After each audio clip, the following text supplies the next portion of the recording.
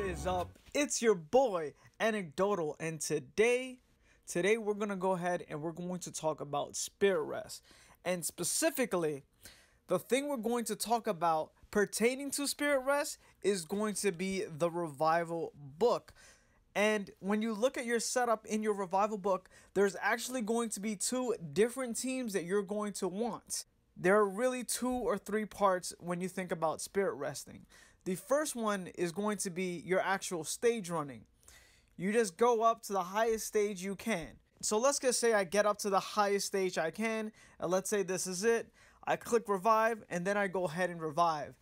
At that exact moment, before clicking revive, I need to set up the team I want in order to maximize my spirit rest.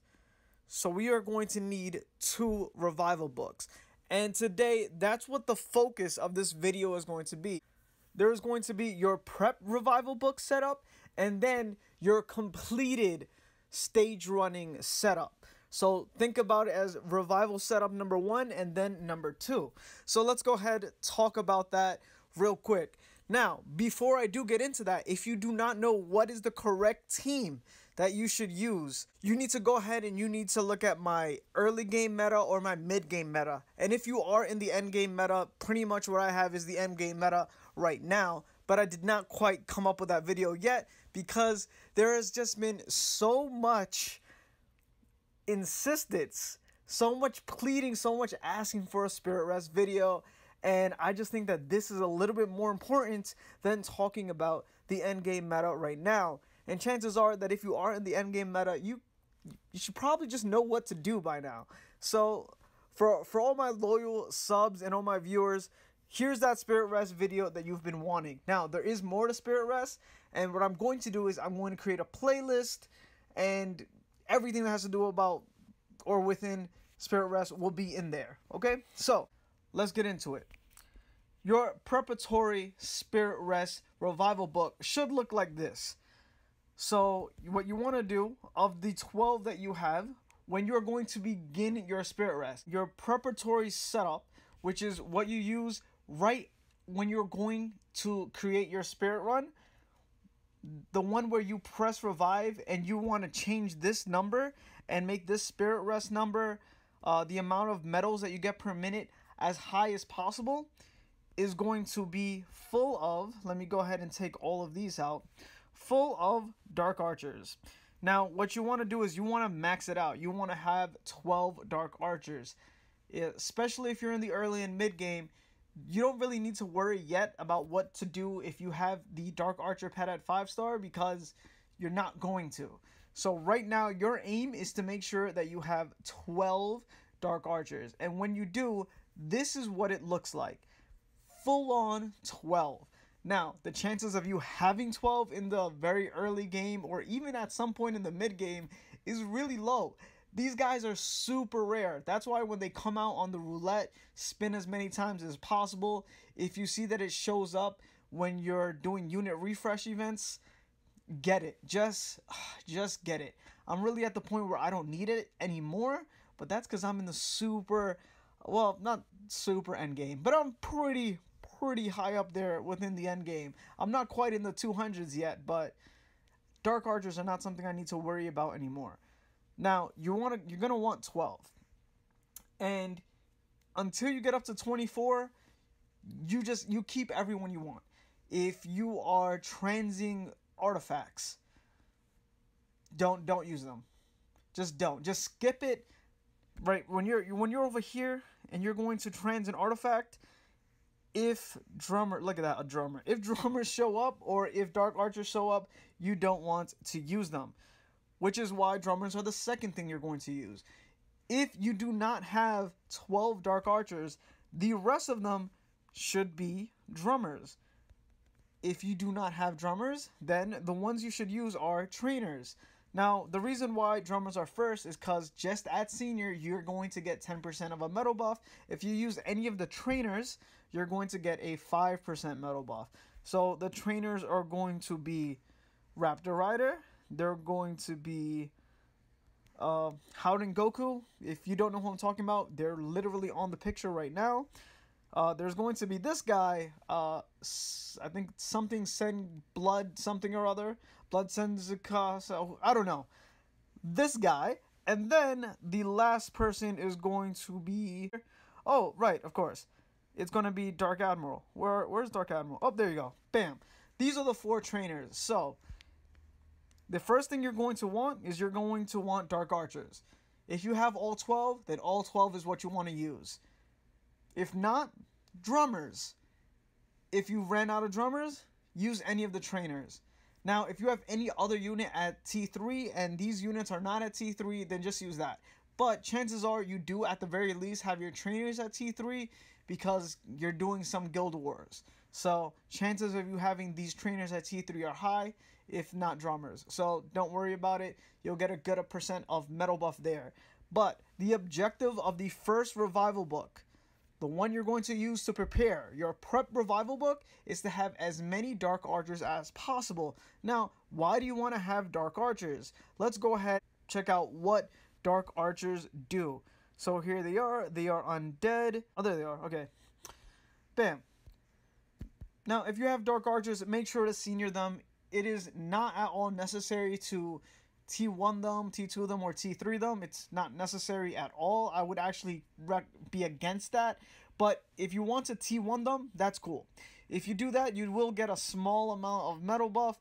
But the real reason why a lot of people do it is so that it won't show up when you're transing artifacts. So when you're over here and you go to like trans artifact, it won't show up because you cannot offer up T1 units and transcend artifacts with them.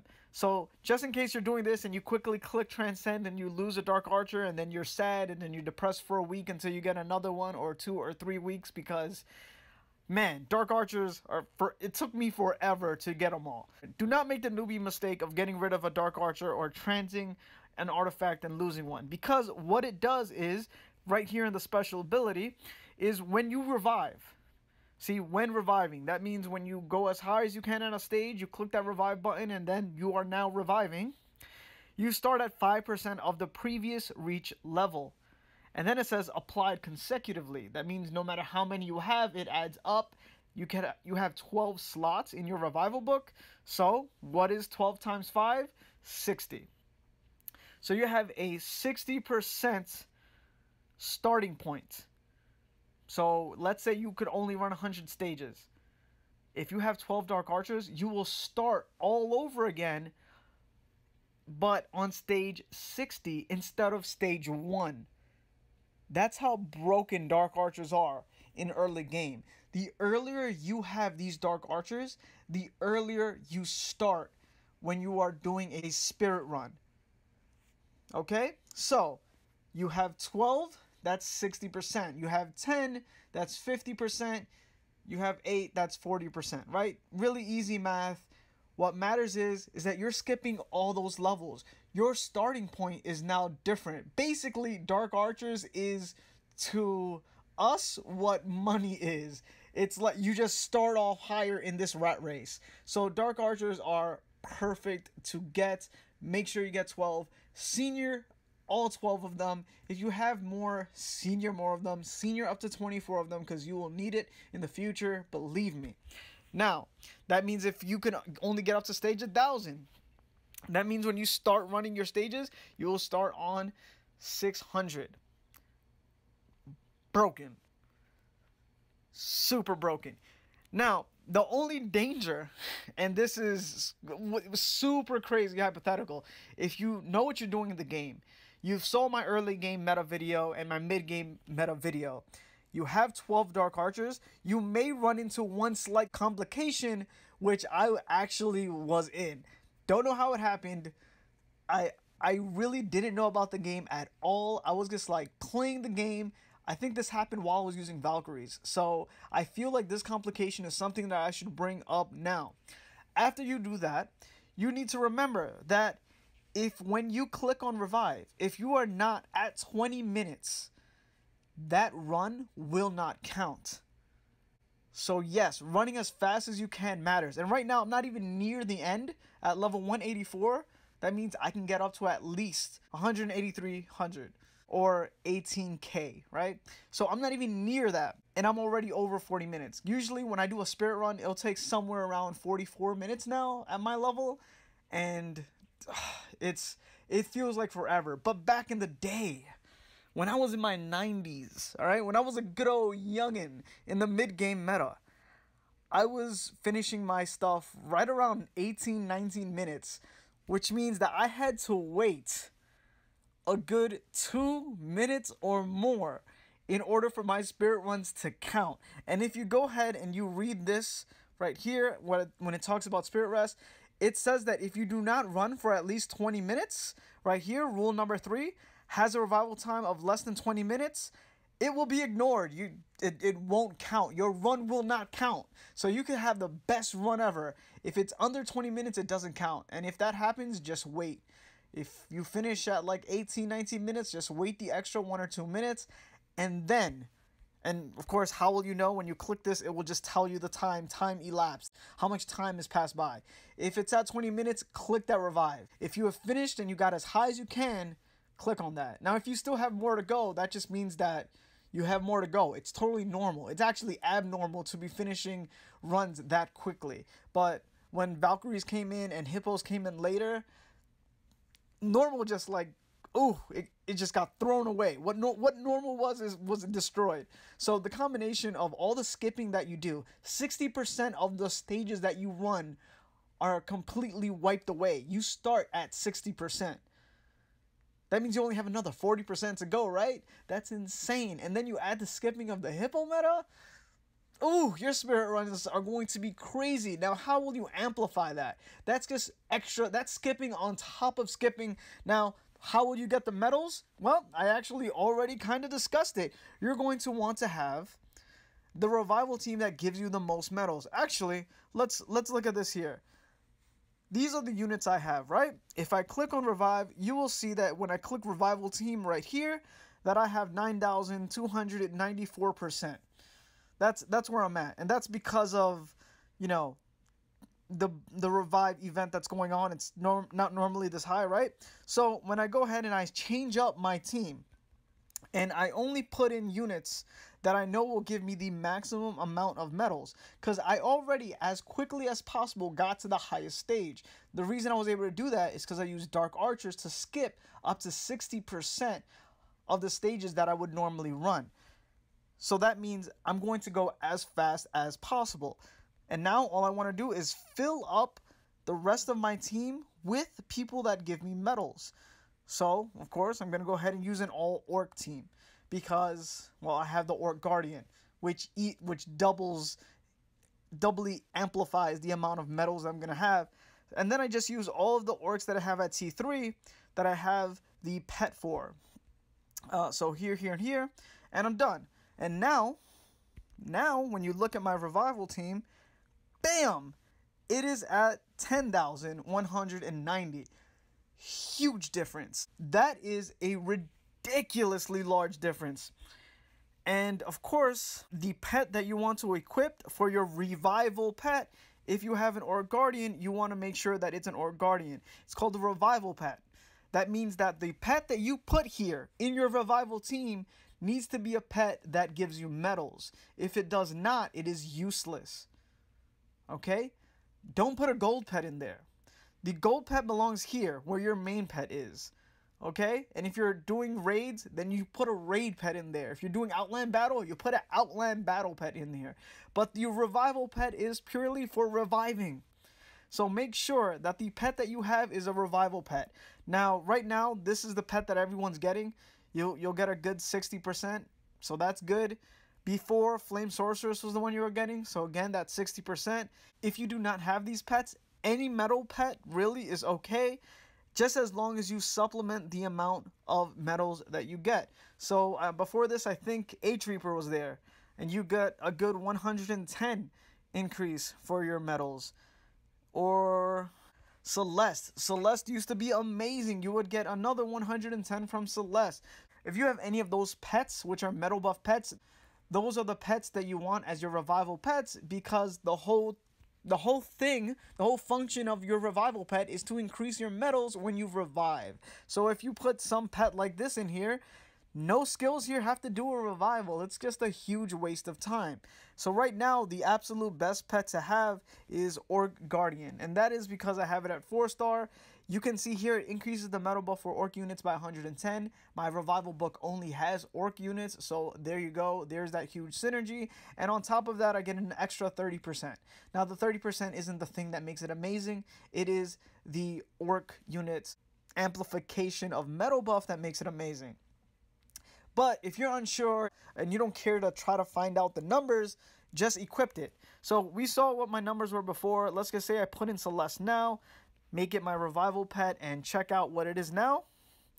Bam, you will see that it's under. It is, wow, it's over 500% less with Celeste. And then when I switch back and I put Orc Guardian in there as my revival pet, boom, you see that huge difference again to 10k again. Wow, that's, let me tell you something, a 500% increase is huge. It will change everything for your revival team and for the amount of medals you get. And as always, this game revolves around medals. The faster your spirit run, the more efficient you plan out both your revival team for your pregame and your revival team for your stage running, the better off you will be. That's all you really need to know. So what we went over again was to make sure that your revival pet is a metal buff pet. You got that? You're already doing a whole lot better. At the very least, you will increase your metal buff by around 100%. Second, you're going to want to make sure that your speed is as fast as possible for when you prep for your speed run for Spirit Rest. Why? Well, right here it tells you the way that it gets calculated, the amount of medals that you get is this weird little formula up top. It's rest time where it says minutes, which will forever be 4 hours because that's the maximum rest time you could have. Never go over that. Will be multiplied by the numbers of medals you make per minute times 0.9. And the way that you get the fastest amount of medals per minute is shown by how quick you can revive and what stage you get to at the end. And by using Dark Archers to start off at 60% of where you would have anyways, and using medals to increase the amount of medals you make, you will maximize the amount of time and medals that you get when doing your spirit run, which will skyrocket the amount of spirit rest that you get. So, yeah, there are other things I can talk about, but the number one most important thing is understanding how to set your revival team. So, there's the preparatory revival team, which is full of Dark Archers, and then any other units that give you some metal buff, but primarily what you want is a full team of Dark Archers. And then second, after you go ahead and you revive and you are at 60% of that stage that you can run, you want a full team of metal buff players or metal buff units. If you're unsure whether one unit will give you more or less, just click on revive, go into revival team, and then look at the numbers. You don't need to be a math wizard to figure this out. I am totally far from being a math wizard. If anything, I have no magical powers at all. So believe me, guys, if I can do this, you can do this. If you're really weirded out by it, just T3 drummers and you'll be fine, or put your T3 trainers in there. If you found this video informational, make sure to like the video. I know many of you requested this video, so here you go. Share it with your guildmates and friends so that they know how to properly spirit rest and spirit run to get the optimal spirit rest numbers that they need. And of course, if you want some more Endless Frontier content, make sure to subscribe. I'm your boy Anecdotal, and I'll see you in the next one. Peace out.